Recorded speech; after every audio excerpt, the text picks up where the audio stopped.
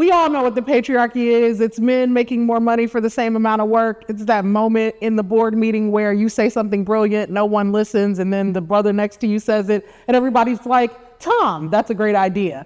That's the patriarchy. It ruins women's lives. It ruins anybody's lives that's not a man, and it needs to go. If time had a race, it would be white. White people feel like they own time and control history. And there's a way that even if you go back to the early Western philosophers that everybody loves, my least favorite is George Hegel, who said, Africa is no historic part of the world. So in the 1700s and 1800s, various groups of white European men got together and just decided that Africa didn't matter in the span of world history. I mean, talk about having some cojones. That is what it looks like to just determine that a whole continent of people literally have had no impact on the march of time. Time has a history, and so do Black people. And part of the reason that we have, for instance, Black History Month in this country is because we literally have to make the argument that Black people have actually done things that are significant to the creation of the nation state, significant to the creation of Black progress throughout the globe, significant to what I like to call a project of world making, which is a term scholars love to use to literally think about what it means to raise families or make music or do something in your life that feels impactful to people who love you and communities that care about you. And it turns out that if we didn't have things like Black History Month, apparently people would not believe that Black people were actually significant historical actors. I get a roll's eye emoji. That's what I would say to people who think that merely calling out racism is the same thing as racism. How much obfuscation can we have? Who actually believes that? The people who want us to have equality and want us to have justice and don't want race to limit life chances are not racist. It's the folks who can't deal with the problem. These are like people who are walking around with gaping wounds and holes on their body and saying, I'm not bleeding. Nothing is going on. There's just this denial and this kind of amnesia and a refusal to deal with the problem.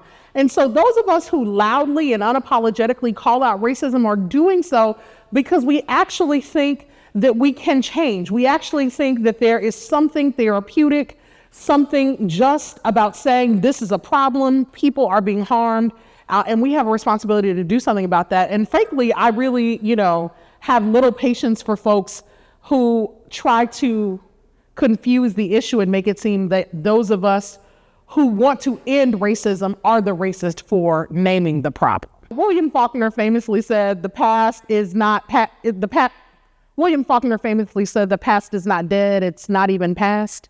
And that's a truth that we really need to sit with. We're living in a moment where we keep on relitigating basically the 1860s in this country. We have racial animus, the likes of which we have not seen in my lifetime. We have seen a rollback of voting rights since 2013. Those were rights that were secured in this country with the 15th Amendment.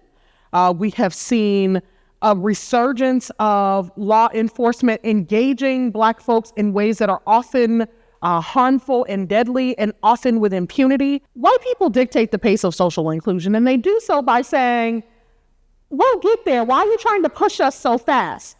Think about what it meant to elect a president like Donald Trump, where folks said, we want to make America great again. And by that, they meant we literally want to roll back the rights of everybody who is not white to the 1950s.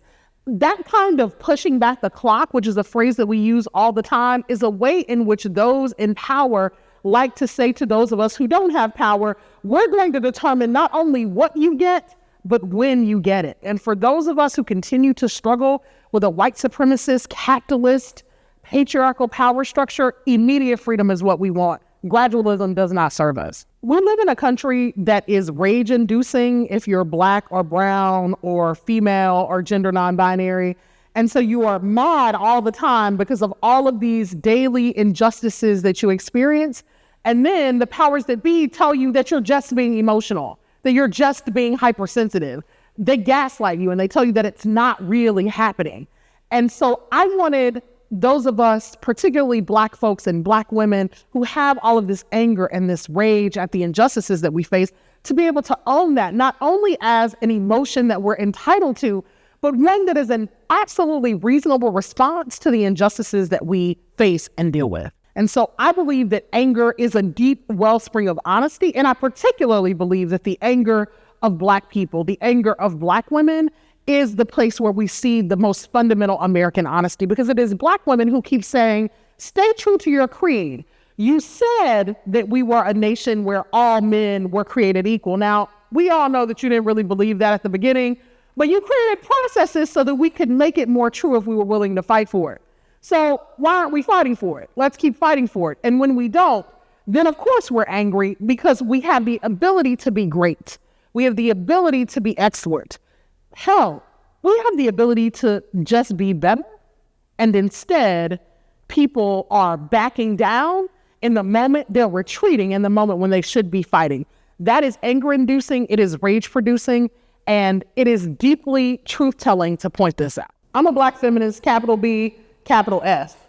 I'm unapologetically Black and I'm unapologetically a feminist. And look, depending on what circles you're in, it's hard to be both those things at the same time. But I think that being both those things is the thing that will save us. Black people are maligned in this country, but I'm proud to be Black. Feminists are maligned in this country as disruptors, as people who create division, as folks who are trying to throw men under the bus, as scary, terrible people who are trying to take men off the pedestals that they have put themselves on forever.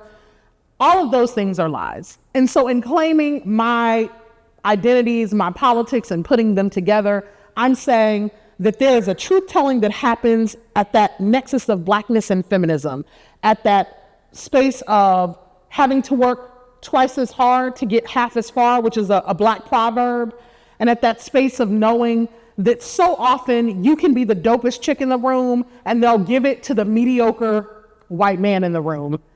Putting those things together gives you a clarity and a vision about where we can go if we stop oppressing Black folks and women and gender non-conforming folk.